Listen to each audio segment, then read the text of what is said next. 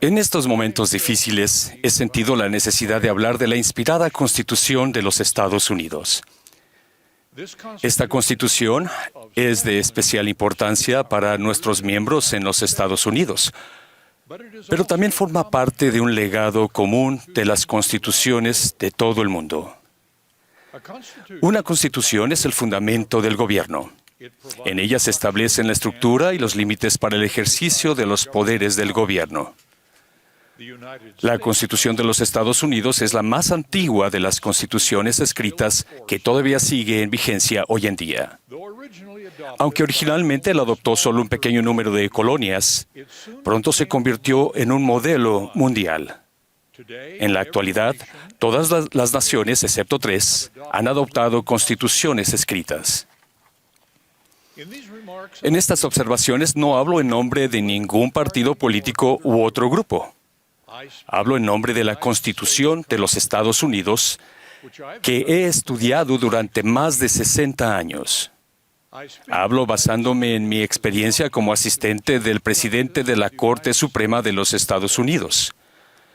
Hablo basándome en mis 15 años como profesor de Derecho y mis 3 años y medio como juez de la Corte Suprema de Utah. Sobre todo, hablo basándome en mis 37 años como apóstol de Jesucristo, responsable de estudiar el significado de la divinamente inspirada Constitución de los Estados Unidos a la obra de su Iglesia restaurada. La Constitución de los Estados Unidos es singular porque Dios reveló que la estableció para los derechos y la protección de toda carne. Es por eso que esta Constitución es de especial interés para la Iglesia de Jesucristo de los Santos de los Últimos Días en todo el mundo. Si sus principios han de aplicarse en otras naciones del mundo o cómo ha de hacerse, es algo que ellos deben decidir. ¿Cuál fue el propósito de Dios al establecer la Constitución de los Estados Unidos? Lo vemos en la doctrina del albedrío moral. Durante la primera década de la Iglesia restaurada, sus miembros en la frontera occidental sufrían persecución privada y pública. En parte, se debió a su oposición a la esclavitud que en ese entonces existía en los Estados Unidos. En esas circunstancias, Dios reveló, por medio del profeta José Smith, verdades eternas en cuanto a su doctrina. Dios ha dado a sus hijos albedrío moral, el poder de decidir y actuar. La condición más deseable para el ejercicio de ese albedrío es la máxima libertad para que hombres y mujeres actúen de acuerdo con sus elecciones personales. Entonces, en la revelación se explica, todo hombre responda por sus propios pecados en el día del juicio. Por tanto, reveló el Señor, no es justo que un hombre sea esclavo de otro.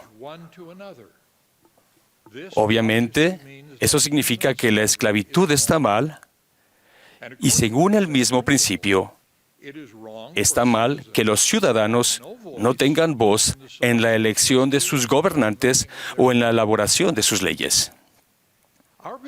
Nuestra creencia de que la Constitución de los Estados Unidos fue divinamente inspirada no significa que la revelación divina dictara cada palabra y frase, como por ejemplo las disposiciones que establecen el número de representantes de cada estado o la edad mínima de cada uno.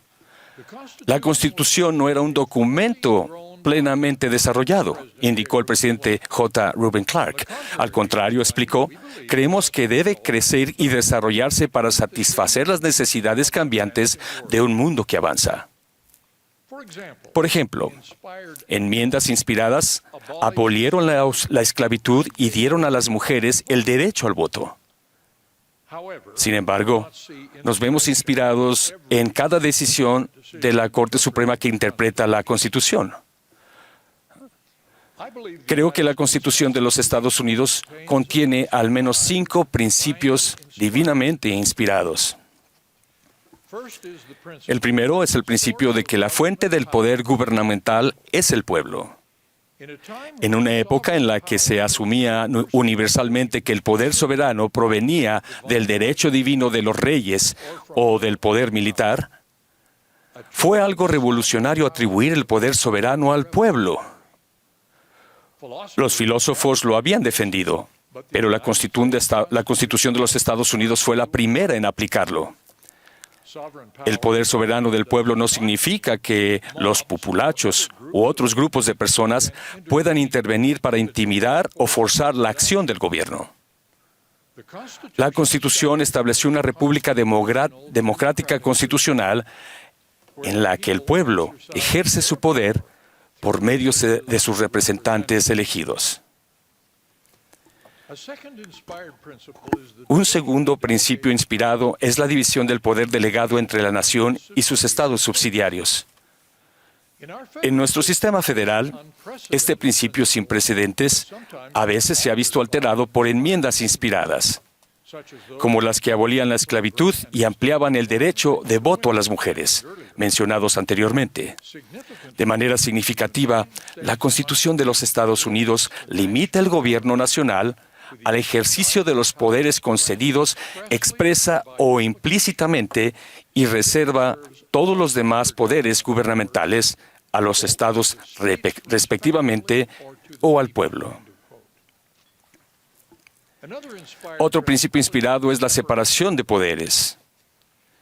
Algo más de un siglo antes de nuestra Convención Constitucional de 1787, el Parlamento inglés promovió la división de la autoridad legislativa y ejecutiva al retirar ciertos poderes al rey.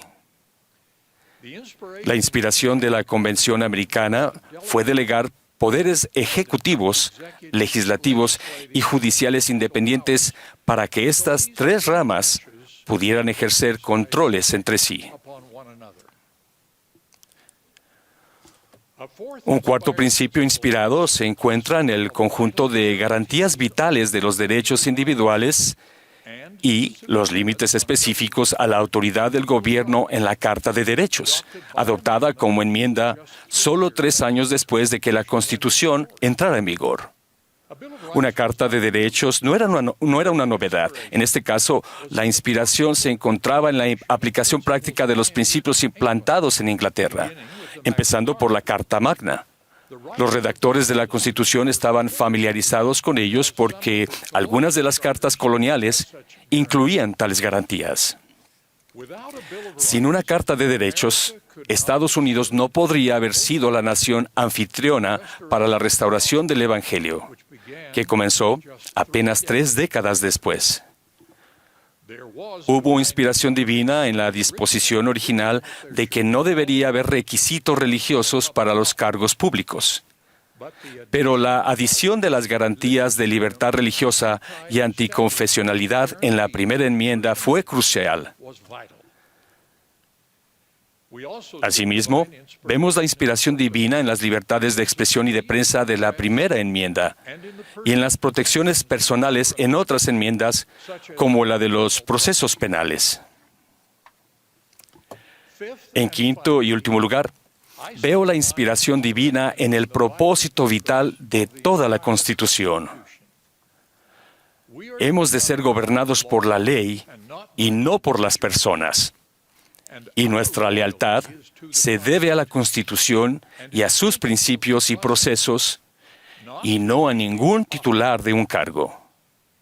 De esta manera, todas las personas son iguales ante la ley. Estos principios obstaculizan las ambiciones autocráticas que han corrompido la democracia en algunos países. También significan que ninguno de los 3 poderes del Estado deben predominar sobre los demás o impedir que los otros desempeñen sus funciones constitucionales propias para controlarse mutuamente. A pesar de los principios divinamente inspirados de la Constitución de los Estados Unidos, cuando los ejercen seres mortales imperfectos, no siempre se han logrado sus efectos deseados. El gobierno federal ha arrebatado a los estados importantes materias legislativas, tales como algunas leyes que regulan las relaciones familiares. La garantía de la primera enmienda respecto a la libertad de expresión a veces se ha diluido por la supresión del diálogo que no se considera popular. El principio de la separación de poderes siempre se ha visto presionado con la influencia diversa en diferentes ocasiones de una rama del gobierno que ejerce o inhibe los poderes delegados a otra. Hay otras amenazas que menoscaban los principios inspirados de la Constitución de los Estados Unidos. La importancia de la Constitución se ve mermada por los intentos de basar su origen en las tendencias sociales actuales, en lugar de basarlo en la libertad y el autogobierno. La autoridad de la Constitución es infravalorada cuando candidatos o funcionarios ignoran sus principios. La dignidad y la fuerza de la Constitución se ven reducidas por quienes se refieren a ella como una prueba de lealtad o un reclamo político, en lugar de su noble estatus como fuente de autorización y límites para la autoridad gubernamental. Nuestra creencia en la inspiración divina otorga a los santos de los últimos días una responsabilidad única de sostener y defender la Constitución de los Estados Unidos y los principios del constitucionalismo donde quiera que vivamos. Debemos confiar en el Señor y ser positivos respecto al futuro de esta nación. ¿Qué más deben hacer los fieles santos de los últimos días? Debemos orar para que el Señor guíe y bendiga a todas las naciones y a sus líderes. Esto es parte de nuestro artículo de fe.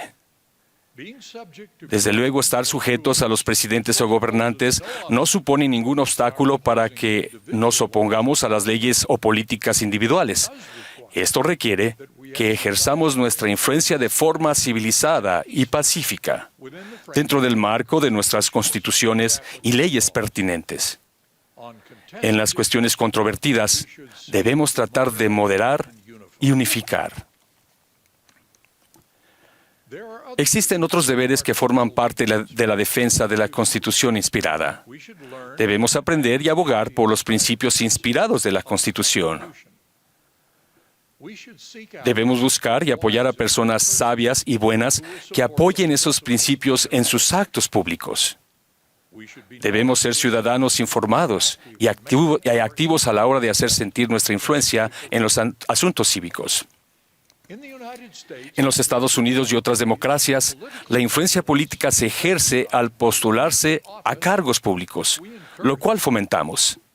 Al votar, al apoyar económicamente, al afiliarse y servir en partidos políticos, y al estar en continua comunicación con funcionarios, partidos y candidatos. Para funcionar bien, una democracia necesita todo esto, pero un ciudadano diligente no tiene por qué aportarlo todo. Hay muchas cuestiones políticas y no existe partido, plataforma ni candidato que pueda satisfacer todas las preferencias personales. En consecuencia, cada ciudadano debe de decidir qué cuestiones son más importantes para él o para ella en cada momento particular. Luego, los miembros deben buscar inspiración sobre cómo ejercer su influencia de acuerdo con sus prioridades individuales. Este proceso no será fácil. Podría suponer cambiar el apoyo que se da al partido o a los varios candidatos, incluso de una elección a otra. Tales acciones independientes a veces requerirá que los votantes apoyen a candidatos, partidos políticos o plataformas cuyas demás posturas no pueden aceptar. Esta es una de las razones por las que instamos a nuestros miembros a abstenerse de juzgar a los demás en cuestiones políticas. Nunca debemos afirmar que un fiel santo de los últimos días no pueda pertenecer a un partido en particular o votar por un candidato determinado. Enseñamos principios correctos y permitimos que nuestros miembros elijan cómo dar prioridad y aplicar esos principios en las cuestiones que se presentan de vez en cuando.